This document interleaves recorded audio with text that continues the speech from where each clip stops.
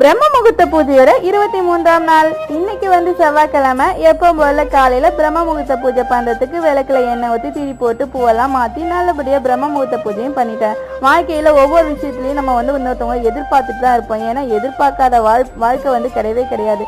ஏன்னா ஒவ்வொரு வாழ்க்கையிலையும் இன்னொருத்தவங்களை சார்ந்துதான் நம்ம வாழ்ந்துட்டு இருப்போம். ஹஸ்பண்ட் ஒய்ஃப் கிட்ட, ஒய்ஃப் ஹஸ்பண்ட் கிட்ட, குழந்தைங்க அப்பா கிட்ட, அப்பா குழந்தைங்க கிட்ட, ஃப்ரெண்ட்ஸ் கிட்ட, அதே மாதிரி எந்த ஒரு ரிலேஷன்ஷிப்னாலும் அவங்க கிட்ட ஒரு எதிர்பார்ப்புகள் நம்ம கிட்ட இருக்கும்.